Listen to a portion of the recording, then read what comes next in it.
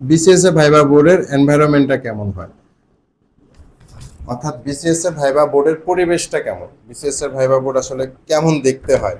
তো যারা এর মধ্যে ভাইবা দিয়েছো এর আগে তারা হয়তো বিষয়টা জানো যে বিসিএস এর ভাইবা বোর্ড আসলে দেখতে কেমন হয়, কেমন পরিবেশ হয় ভাইবা বোর্ডের।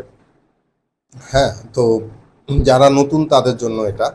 তো বিসিএস এর ভাইবা বোর্ডে আসলে যে সম্মানিত মেম্বাররা থাকেন, ওনারা হচ্ছেন বাংলাদেশ পাবলিক সার্ভিস কমিশনের সম্মানিত মেম্বার, এবং ওনাদের সবাই হচ্ছেন চাকরি জীবন অতিবাহিত করার পরে পিএসসিতে নিয়োগপ্রাপ্ত হন, এবং পিএসসিতে নিয়োগপ্রাপ্ত হয়ে মেম্বার হন, এবং ওনারা এক একটা বোর্ডের চেয়ারম্যান থাকেন। তো এখানে যে বিষয়টা তোমাদেরকে বুঝতে হবে সেটা হচ্ছে যে তোমাদের যারা ভাইবা নিচ্ছেন তাদের এক একজনের সম্মানিত মেম্বারদের এক একজনের চাকরির বয়স, আহ, চাকরির বয়স অ্যাভারেজে 30 আপ। মানে ওনারা এত বছর ধরে চাকরি করেছেন, তারপরে হচ্ছে এখন পিএসসিতে ওনারা তোমাদের ভাইবা নিচ্ছেন। তো ওনারা এতটাই এক্সপিরিয়েন্স থাকেন যে তুমি বুঝতেছো যে তোমরা যারা ভাইবা দিতে যাচ্ছ তাদের চাকরির বয়স হচ্ছে ওনাদের চাকরির বয়স, তোমাদের বয়স হচ্ছে ওনাদের চাকরির বয়স বেশি থাকে। কমেন্টস দেখো। তো এই জন্য হচ্ছে ওনাদের এক্সপিরিয়েন্স লেভেলটা অনেক হাই থাকে।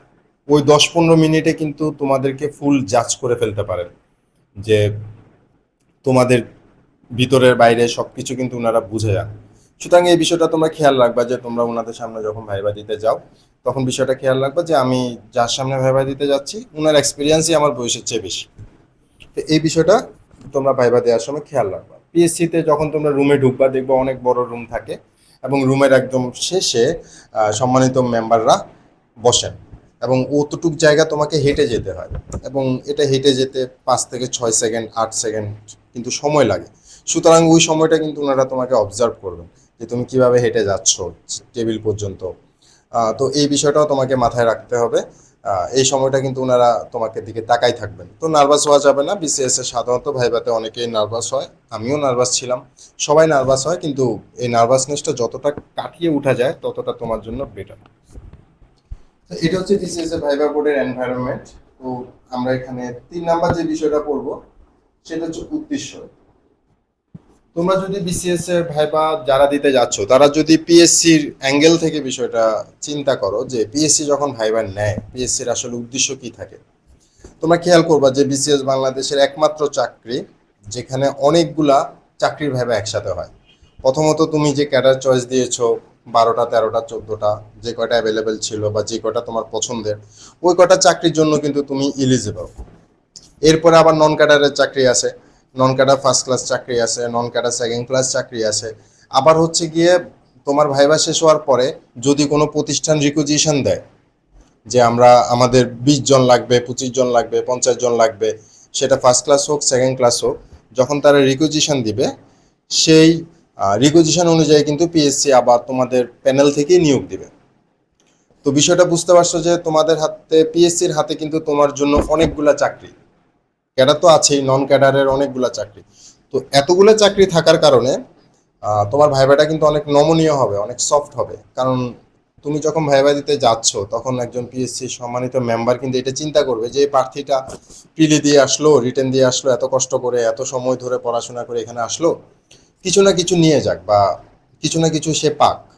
সুতরাং এই জন্য হচ্ছে পিএসসি ভাইবাটা আমার হিসাবে যে বিসিএস ভাইবাটা হচ্ছে বাংলাদেশের যত চাকরির ভাইবা আছে সবচেয়ে সোজা ভাইবাটা হচ্ছে বিসিএস ভাইবাটা। কারণ এখানে তোমাকে সহজ থেকে আস্তে আস্তে আস্তে আস্তে কঠিনের দিকে চলে যাবে, কঠিন থেকে আরো কঠিনে চলে যাবে, গভীরে চলে যাবে। আবার তুমি যদি একদম না পারো তারপরে আবার তোমাকে সহজে নিয়ে আসবে, আবার সহজ থেকে তোমাকে আস্তে আস্তে করে কঠিনের দিকে ঢুকানোর চেষ্টা করা হবে। অর্থাৎ তোমাকে প্রচুর সুযোগ দেওয়া হবে। তুমি যতবারই সুযোগ মিস করো তোমাকে কিন্তু 2 3 বার 4 বার সুযোগ দেওয়া হবে। ফেল করার রেকর্ড এই জন্য বিশেষ ভাইভাতে কম থাকে, পাস করানো হয়, তারপরেও কিছু ফেল করে, একদম ফেল করে না যে সেরকম না। যাদের ভাগ্য খুব খারাপ থাকে, যাদের পারফরমেন্স খুবই খারাপ হয়ে যায়, হ্যাঁ আমি বলবো ভাগ্য খারাপ হয়েছে এই জন্য পারফরমেন্স খারাপ হয়েছে। আর রিটেন পাস করে একটা প্রার্থীর ভাইবা খুব বেশি খারাপ হওয়ার কিন্তু কোনো কারণ নাই, সে যদি ঠিকমতো প্রস্তুতি নেয়। তো এই জন্য বিসিএস ভাইবাটা হচ্ছে সহজ ভাইবা। তো এটা চিন্তা করে তোমরা যদি ভাইবা বোর্ডে ঢুকো তাহলে কিন্তু তোমাদের প্রেশার অর্ধেক কমে যাওয়ার কথা, যে না আমি একটা সহজ ভাইবা দিতে ঢুকছি। যারা ভাইবা নিচ্ছেন তারা অনেক দয়াশীল, অনেক মায়াশীল, তারা হচ্ছে আমাকে একদম নিরাশ করবেন না। আমাকে খুব কঠিন প্রশ্ন করবেন না, খুব এম্বারেসিং করবেন না, আমাকে মোটামুটি একটা ভালো ভাইবা আমি দিতে যাচ্ছি।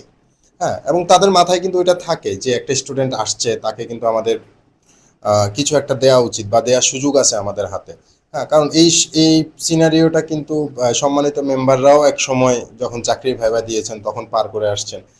তারপরে একটা জিনিস যদি তুমি খেয়াল করো, তুমি যে বয়সে ভাইবা দিতে যাচ্ছ, সম্মানিত মেম্বারদের কিন্তু ওই বয়সেরই ছেলে মেয়ে আছে, ওরাও চাকরি বাকরি যদি চেষ্টা করে ওই সিচুয়েশনটা কিন্তু ওনারা বুঝেন এবং ওনাদের বোঝার জন্য যথেষ্ট সুযোগ আছে। তো সবকিছু মিলিয়ে তোমার ভাইবাটা কিন্তু একটা সহজ ভাইবা হবে। তো এই জন্য তোমার ভাইবাটা কিন্তু খুব সহজ একটা ভাইবা হবে এবং এই সহজ ভাইবাটার জন্য তোমার কিন্তু প্রস্তুতি রাখতে হবে।